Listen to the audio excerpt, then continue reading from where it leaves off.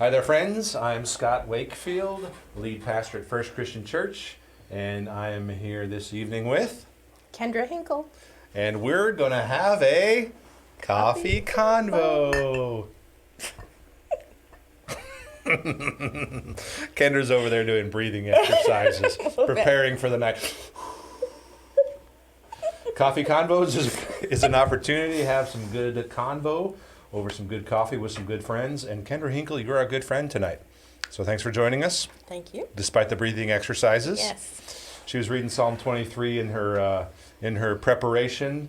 Though I walk through the valley of the shadow of death. This is not the shadow of death. It's a little dark in here. This is a little like a valley. It is, to me. In case you don't know and you're online with us, we're glad you're here. This is an opportunity to jump in and let us know you're here and ask questions and help direct the convo with our own Kendra. So Kendra Hinkle is our Connections Director. Connections, guests, first impression, all that kind of good stuff, from street to seat. Yes. And involvement even beyond that, of course, in lots of ways. So we will get into it by asking the first thing we ask most folks, which is, tell us about you, how you got to here. Tell us about the Kendra Hinkle of the past before we knew you. Give us some family history. Tell us about all that good stuff. Okay. I was born in Massachusetts. The year Star Wars came out, 1977. Ooh, 77. Mm-hmm. I remember watching Star Wars the year you were born when I was a kid of 4 or 5. Yeah, 77. 77. And by the way, it's Massachusetts. Massachusetts. Yes, not Massachusetts. Yes. Everyone, well, not everyone, but a lot of people here say it wrong. Yes, Massachusetts. And I lived there until 6 years ago when I moved here. 6 years? Yes. I come from a big Italian family, and Italian-American, I should say. We're not directly from Italy. With a name like Maimoni. Yeah, Maimoni. But, yeah. Did I say it wrong? I said Maimoni. Okay, sorry. Wow. We're already in a fight and we're 5 minutes in. The Massachusetts. It's coming out. It's coming out. How wrong can I get it on purpose? Okay, go ahead. Yeah, so I've been a stay-at-home mom forever, and I loved that. Mm-hmm. And then we moved down here. We called it a step of faith. Yeah. But I didn't have Jesus then, so it was just a step. But it was a step. It was a step. It was a step that brought me to faith. Yeah. Because it was here that everything kind of just fell apart. And I realized that I couldn't be responsible for everything in my life anymore. And then Jesus. So it's a little more complicated than that. But I just we had to move here. We couldn't find a job. We came without a job. Uh-huh. We moved here because my parents moved here. They retired here, and we live on a farm with them. But we couldn't have a. I lost my train of thought there. Just coming down without a job wasn't the best plan. Is that part of what you mean by, like, when you came, it fell apart? It did. It felt like it fell apart. So meaning you had perceptions and expectations about what it was going to mean, you moving here? And we thought he'd easily be able to find a job. So we were living on our savings. Sure. And so after 6 months, we decided to make a move to North Carolina, and we were there for a year and a half. Really? Yeah. I don't remember that. Yeah, we were there for a year and a half, and then we came back. My dad got diagnosed with Parkinson's disease, and we decided, job or no, needed to stay. that we needed to, be here. So we moved back over here, and that was 2015. And then that was December 2015. In May 2016, I came to a yard sale at FCC. Yes. That was the last yard sale we've ever done, and we are never doing any more. Mark it down for the record. We don't do yard sales. It was a really good yard sale. It was pretty good. There's a lot of stuff. Yard sale, yes. Yeah. So the first person I met, I think, was Beth Ann Liebert. I came in the wrong door, And she made me feel very welcome and at home. Like, let me I was just hoping take you'd you say, through. like a dork, because I came in the wrong door. No, you she come in didn't. that way. No, Okay. she totally didn't. She made it fine. I'm just kidding. And then Penny Of course she Nunn, wouldn't. I was looking through stuff, and Penny Nunn was just this bright light. Yeah. She was just the nicest person. Yeah. And then she's like, I was asking questions, I think, about the church. And someone said, let me go get Allison. And then Allison gave me the tour of the church, and she asked me a ton of questions, and she invited me back to church on Sunday. And I came, and I thought it was super weird because I wasn't used to anything culturally Christian, if that makes sense. So I had grown up in a Catholic background, although lapsed Catholics. So yeah, we're getting it just questions. felt very different. We're getting questions already. We'll get to those soon. Okay, sorry, go ahead. So, your first experience here Yeah, felt different. so I remember people raising their hand, and I was like, what does this mean? What is going on here? And so, but the throngs of half a dozen of our people raising their hands. Is this what you do? What is These people, it's a little weird cult like, is this what you do?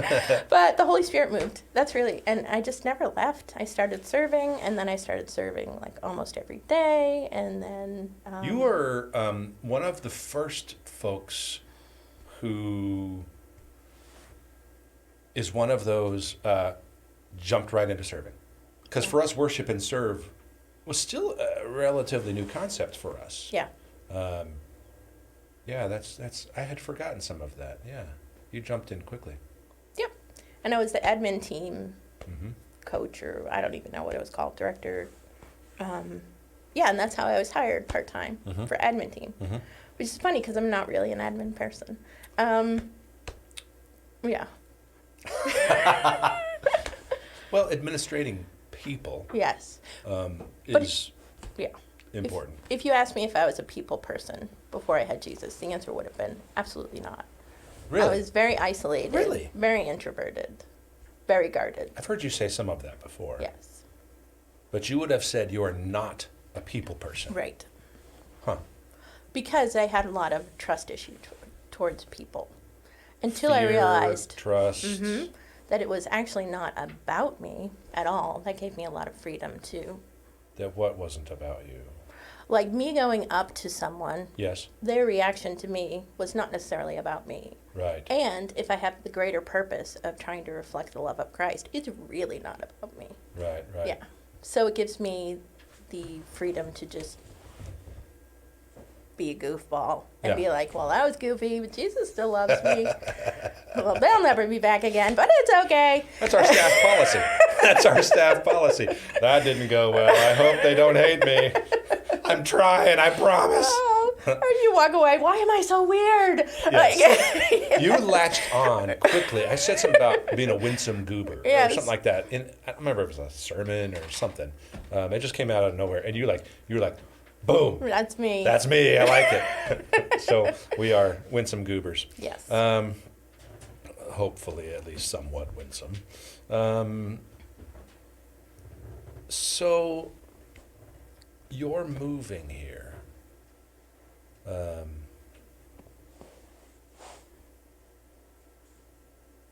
Was God calling you in a whole bunch of ways, looking back, that you weren't expecting? Yeah. And was guarded against, I would say, for sure. In what ways? What do you mean by that? Meaning, like, so I came to church to find friends. Yeah. But knowing that, like, you had to be on guard because these evangelists, they'll try and pull you in.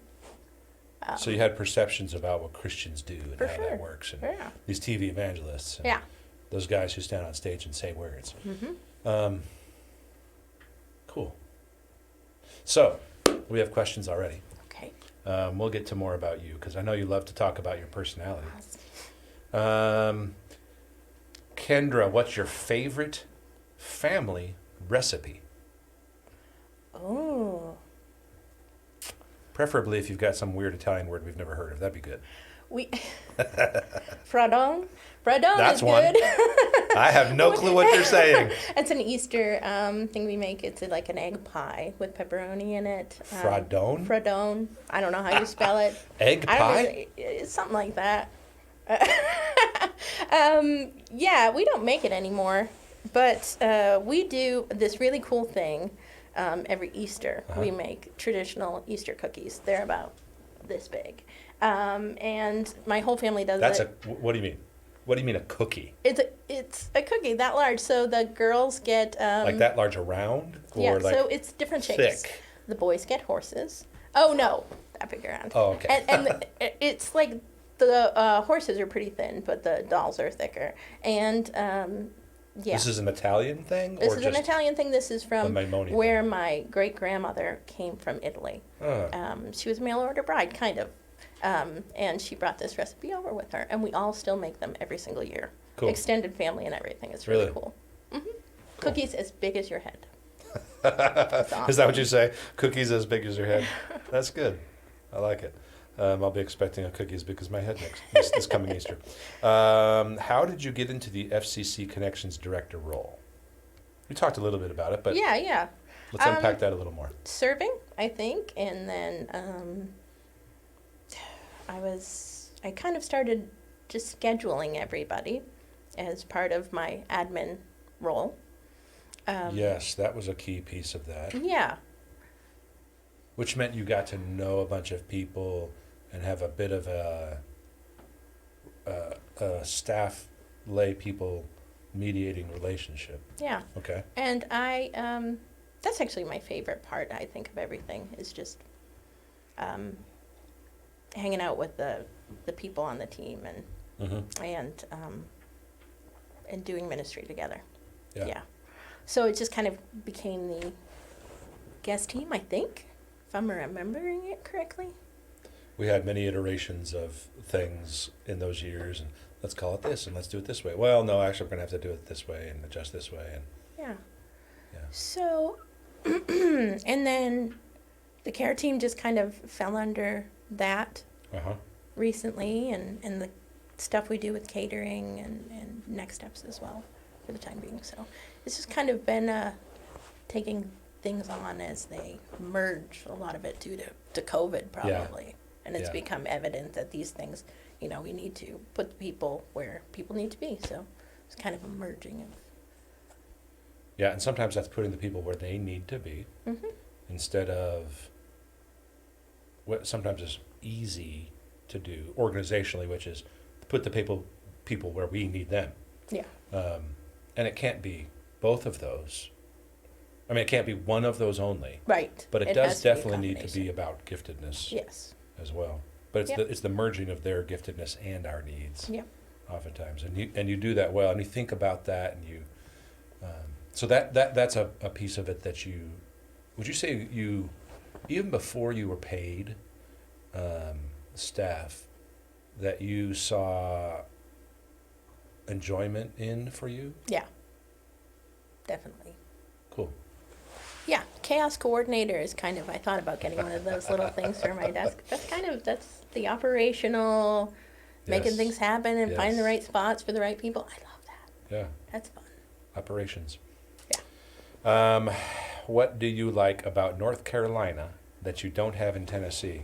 It was this little restaurant called Calvert's. It was a family restaurant. We used to go there every week. Yeah, I like that. We lived right next to the mountains, which was very cool. Yeah. And I enjoyed being like in the mountains.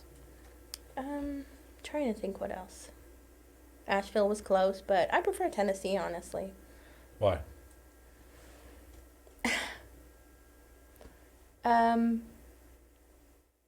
Why? I don't know. I don't know why. You're giving me the look like you're supposed to go on to the next question because I don't have good words for it. I don't know why.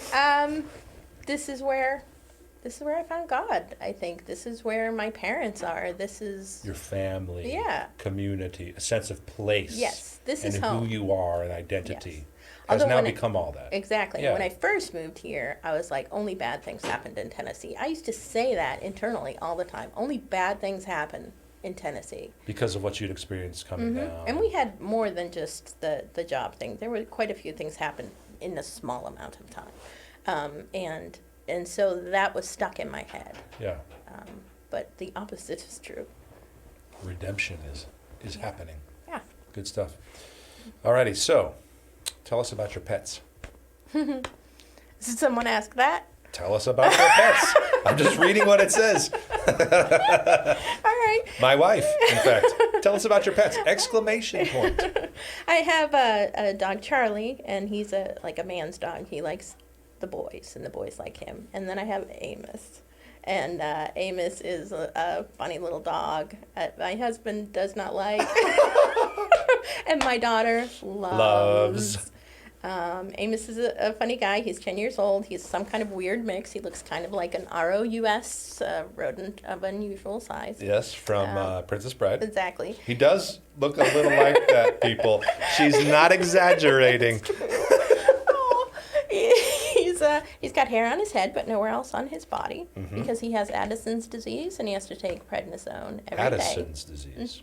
So his kidneys do not make cortisol. So he has to have a $100 shot once a month and prednisone every single day. Yes. Wowzers. Yes. This is how much my husband loves my daughter. He puts up with that kind of... that is a testament to his love for her. Yeah, that's a high-maintenance dog right there. And that's not all he has.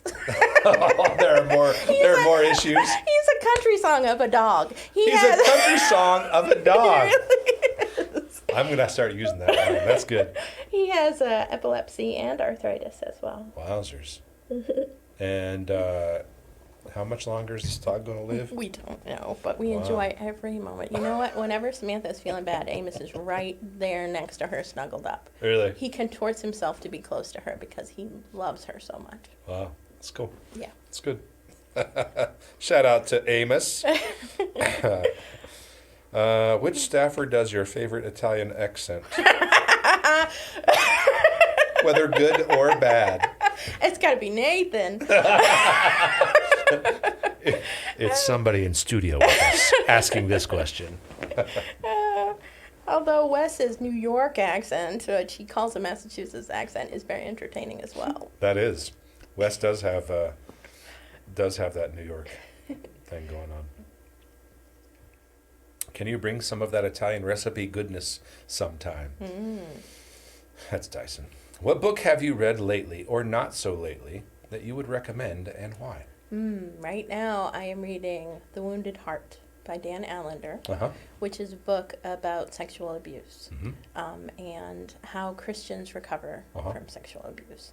As a regen leader, that's something I've been able to see in the time in my group. It's not something I've experienced personally, so I really wanted to understand it at a deeper level. And it has been amazing. It's a great book. Really good read. Dan Allender is a pretty good read. Yeah. Any of his books, really. Yeah. Good stuff. There you go. Regen. You are leading a Regen group. You've been through Regen. Yes. Tell us what has been, or what have been, some of the most helpful things for you in doing Regen for yourself and now leading it. Yeah. Yeah. I think just a biblical understanding of what I was holding more important than God. So God gives us good gifts, and when we put them above him, he does not like it. Yeah. So you can take a wonderful thing like the physical safety of my children. I mean, that's a good thing, and we should want that. Sure. But we shouldn't focus on that to the extent that they're just entirely focused on it, and that's the number one thing, and that's what I did. It can be an idol. For sure, it was an idol in my heart. Like anything can Yes. be. Yeah. Yeah. So learning that made a huge difference in my life, how much fear and distrust I had, and how much everything was about just self-focus in ways that were not helpful. I had really negative thinking patterns, and I was able to work through a whole lot of that through the Regen program. Coming in here and serving all the time made a huge difference. Allison was with me in the office, and she just asked me questions. She was never like, "Oh, I think, Kendra, your problem is," but she would just ask me questions. Yeah. And it was, Which amazing. is part of the genuine experience that you had. Yeah. You're learning those lessons as you're simmering, processing, dealing with the things that the questions bring up. Yep. What have you taken in your leadership with Regen from that? Not just saying, like, you can, sometimes someone will say something and be like, oh, I know what your problem is. Yeah. In fact, I'm 3 steps ahead of you, and you need to do this next, and then you'll be doing this. And then you'll be coming to me later and you'll be saying this. That is so not helpful. That's the way I operate, Kendra. It can be helpful. All right, it can be helpful. Go ahead. But self-discovery is helpful. Yes. Like, God brings Absolutely. people to those things. Yes. And we're part of the story for those people, but God brings them through it. Yes, that's right. Yeah. And some of the line of that difference, the threshold can be sometimes when we're doing this is how it is, this is how it should be, this is what you're going to find, and doing the answers for them. That can be, we want their story to be more about us than them having it for themselves and discovering it, and having Jesus and the Word be the thing that does the actual change. Yeah. Which is the only thing that actually works, of course. Right. I think I've been thinking about this lately.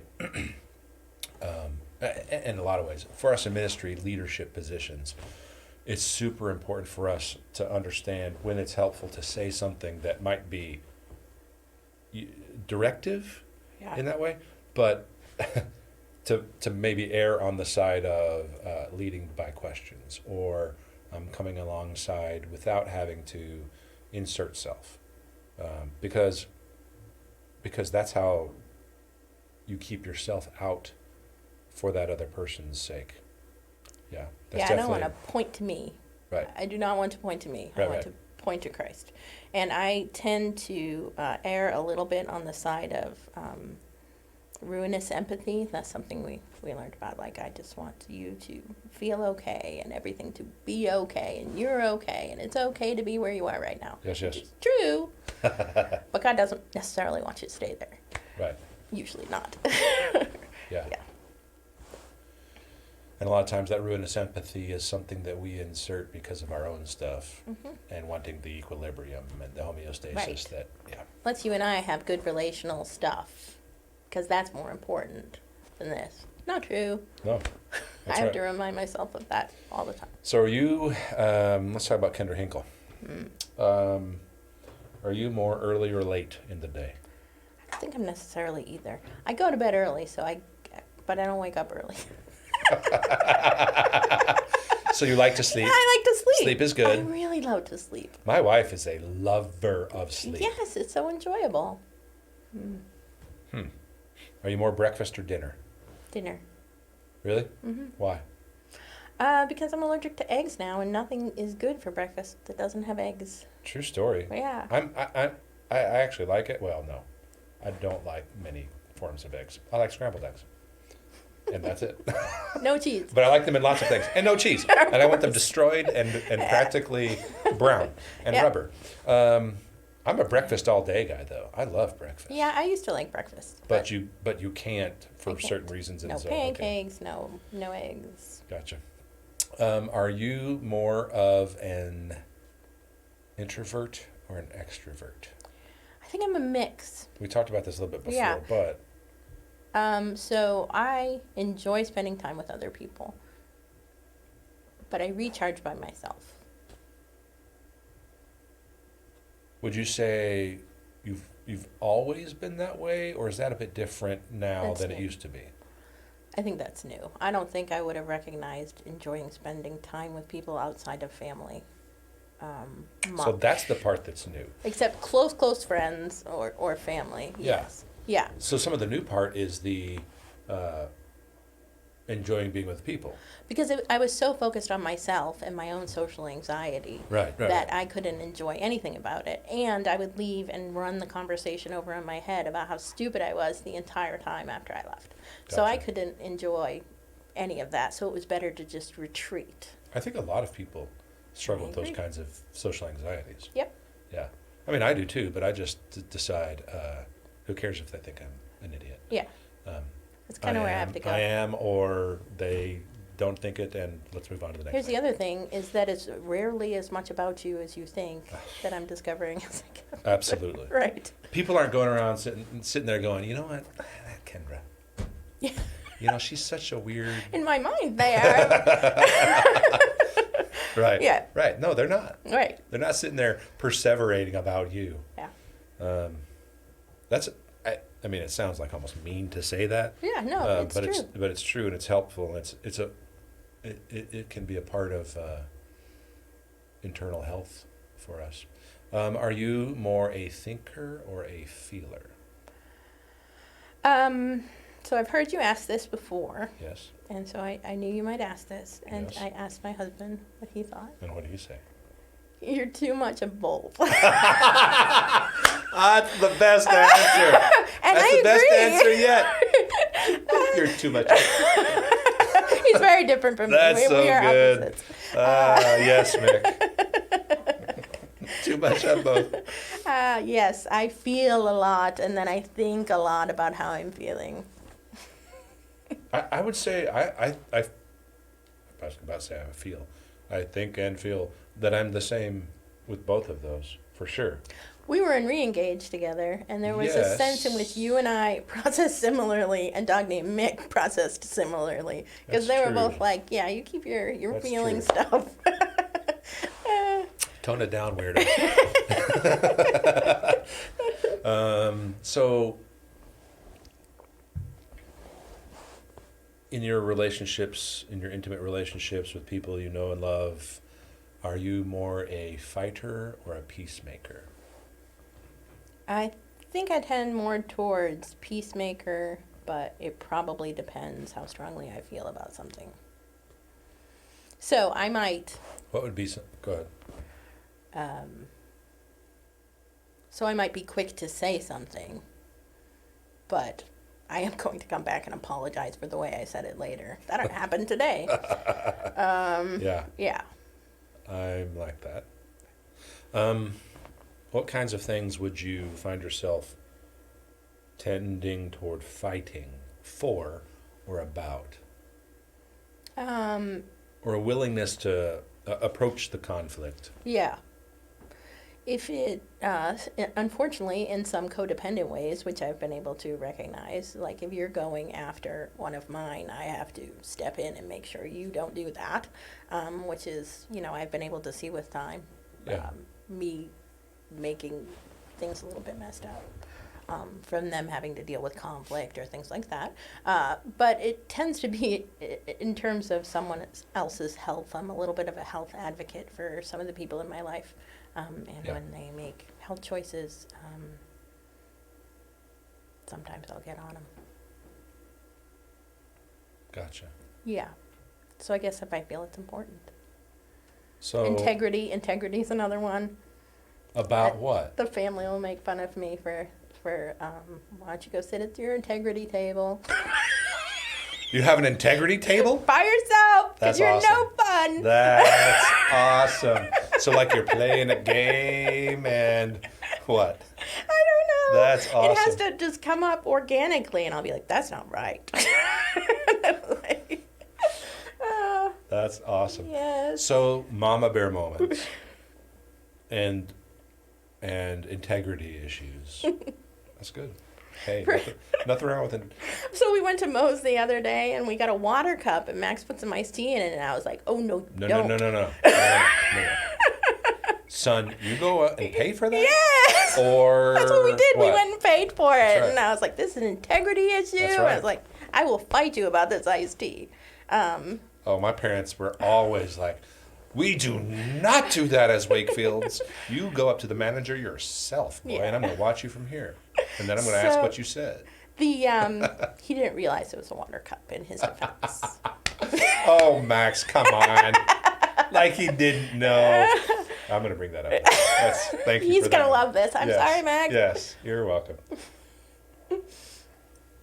So tell us something about you that people may not likely know. They may not know. Something most people Don't likely know. don't know. I really enjoy history. I'm a little bit of a history buff. Mm-hmm. Not like I remember facts or like We won't test you. Okay. It's okay. Good. Because I will Dates fail. of the Civil War.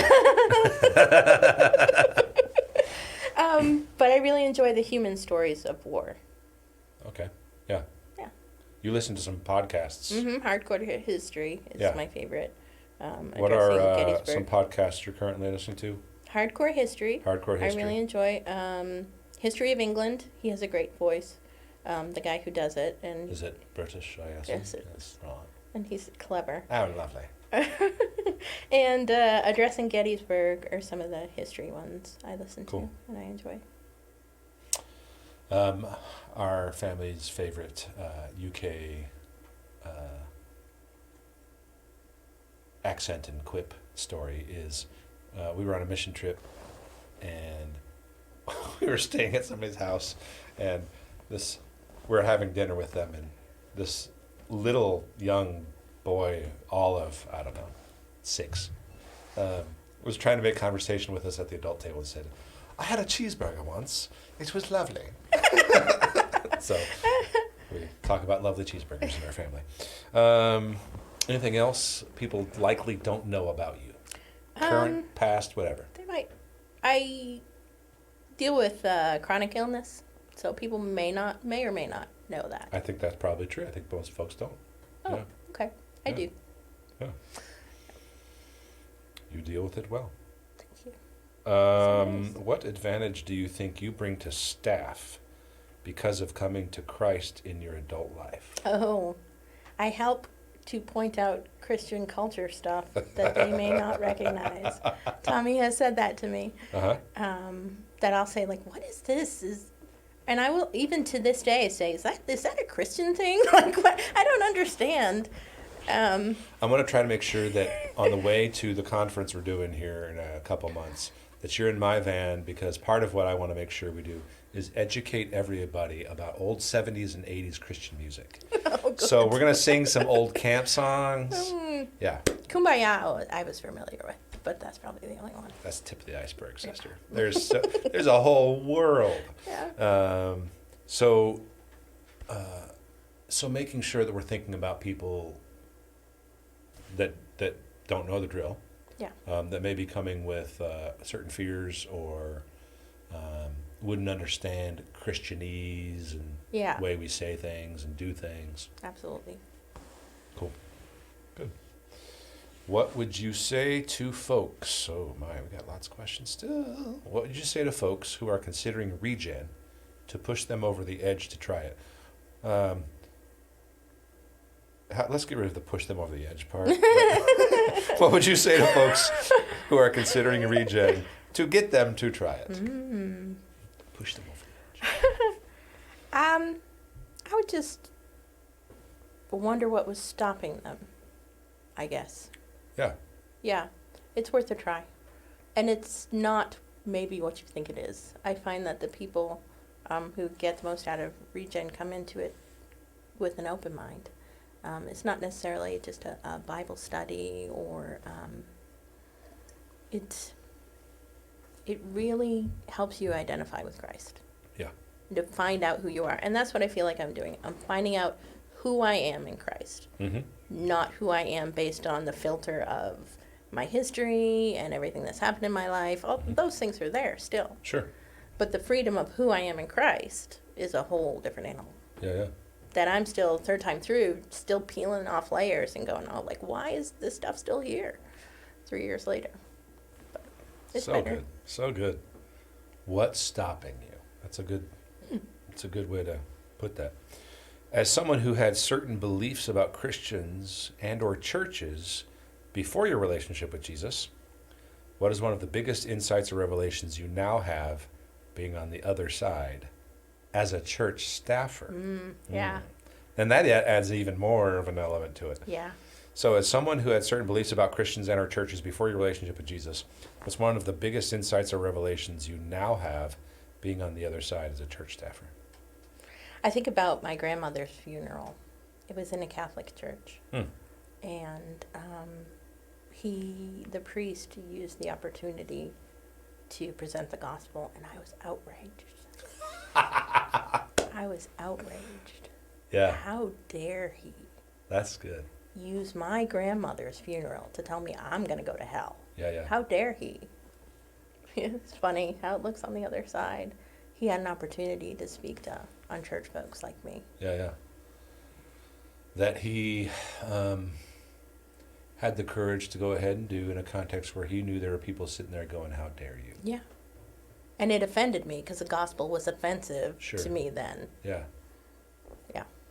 Is that part of what informs when you, there's that Danny Franks saying about, Yeah. let's be as inoffensive as possible in every possible way so that the gospel can be the thing that is the offense. The gospel is offensive. Nothing else should be. Right. Yeah. That's what we try and do on the guest team. Yeah. We want to make you as comfortable as possible and get to know you and so that when you get into the worship center and you're sitting there and you're worshiping God, the Holy Spirit is moving because you're not anxious about the experience you just had on your way in. Right. Yeah. Removing as many of those other hindrances that can easily be there. Right. That are amoral and you know, could be negative if we're not careful. Yeah. Cool. A favorite thing about each of your kids?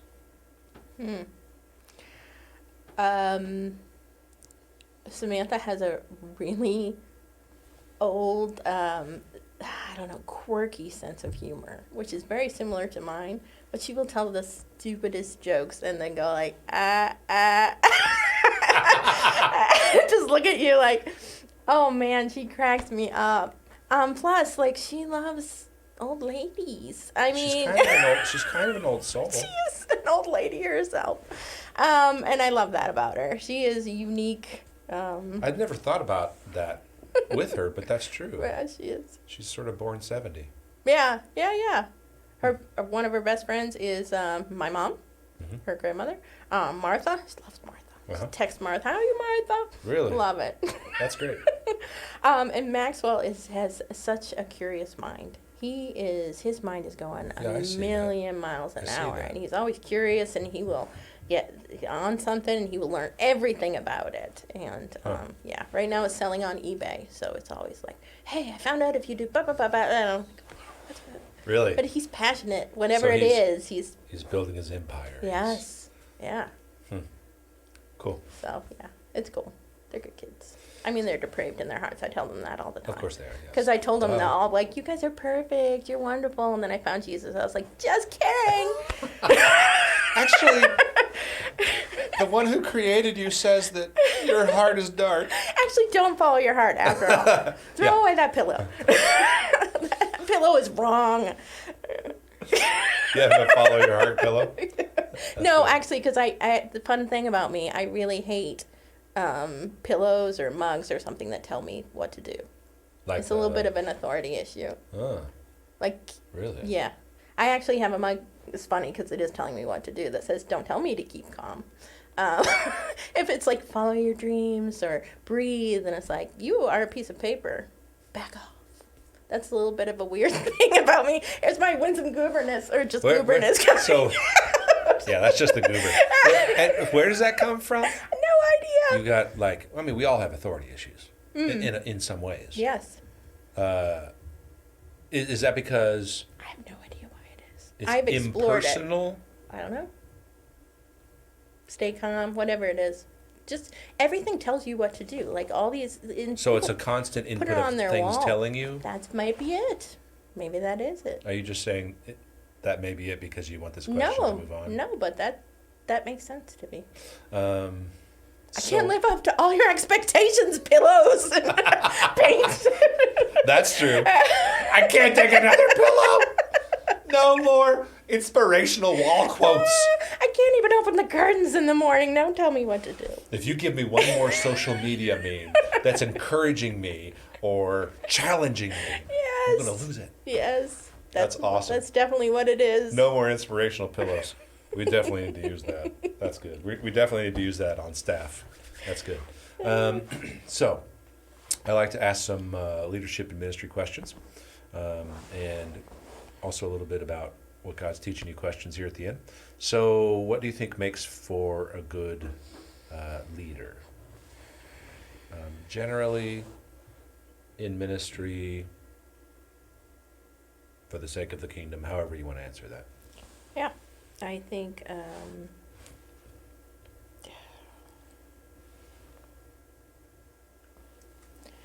a good leader has confidence in who they are in God.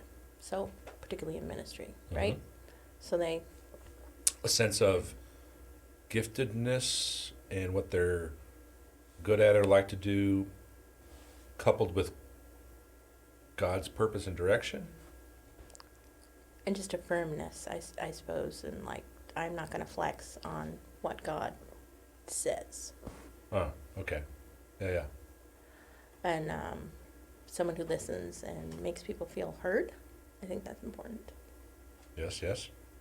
Good. So confidence and firmness in who they are and what God has said about who they are in the world and all of how that meshes. What made you say the listener part? Because I think that's how you, I don't know. It's just important. It's what made me trust being here. I was assuming that's where you were probably going to say. Yeah.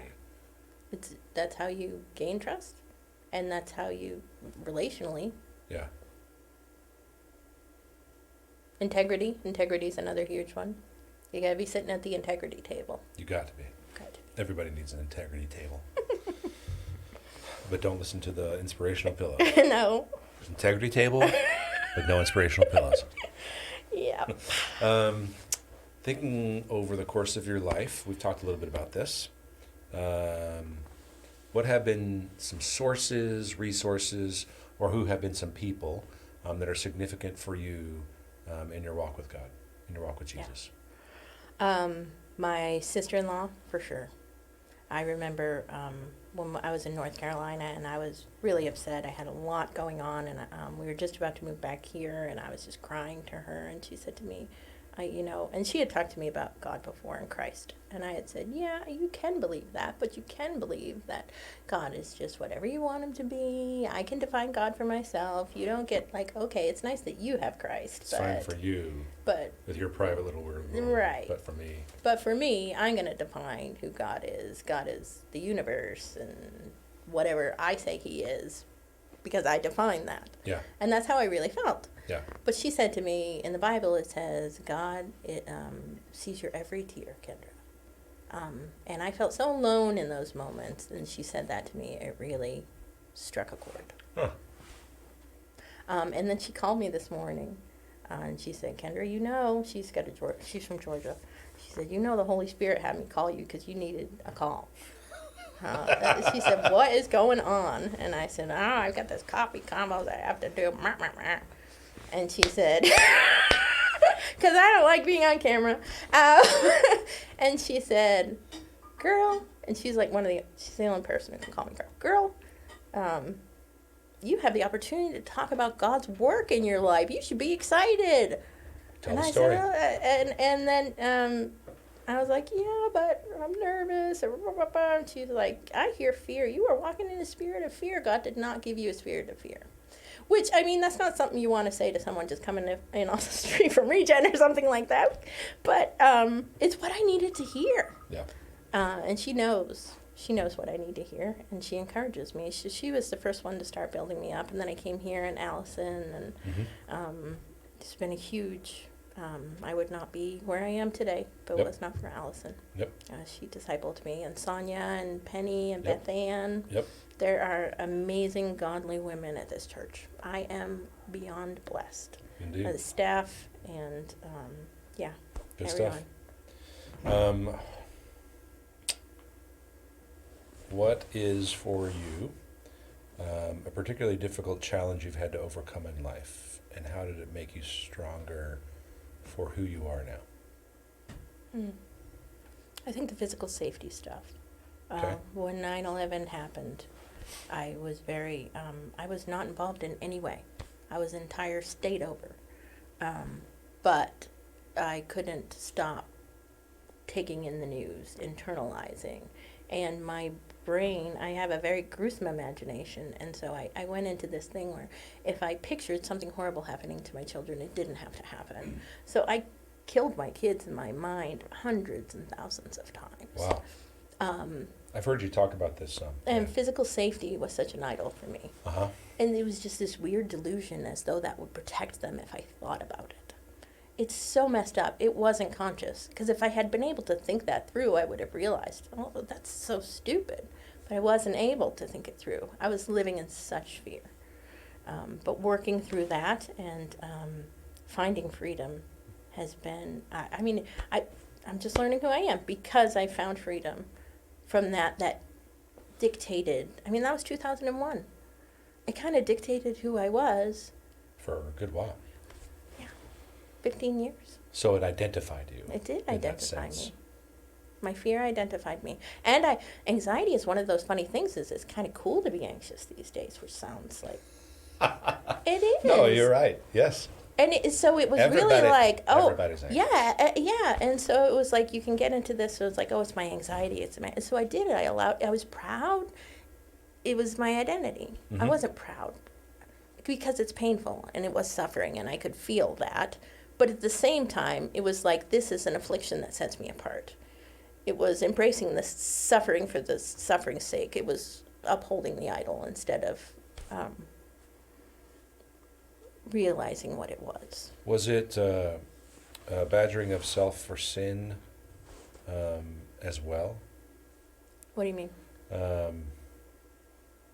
We have to do something about sin. Everybody. Christian, non-Christian. We're always doing something about sin, whether we realize it or not. Mm-hmm. Now, you can be free from it and not have to do anything about it if you actually know Jesus. Yeah. But everybody else is constantly working through it in their own weird form of salvation by works. So was your practice of identifying with it and running it through your mind and holding on to that? Yeah. In a way that identified you, was that you thinking that in a weird way that could save? Right, that I was God. It was putting me in that, yeah. It really was. Huh. Because I really thought that I could choose what God was. Right. Yeah. Yeah, the sin in the garden is autonomy. Yeah, in the first place. So I had it was very much like that. And then when physical safety is, it's such a weird thing. And I've seen it a lot. I know when we talk about the COVID stuff, if I hadn't worked through all that before COVID, it would have been much harder for me during this time. Yeah, for sure. I think a lot of people are struggling with COVID in ways that are not very dissimilar to what you describe about you with 9/11. Yeah. We've seen a lot of that. Good stuff. How did that challenge now ready you for what God's called you to be now?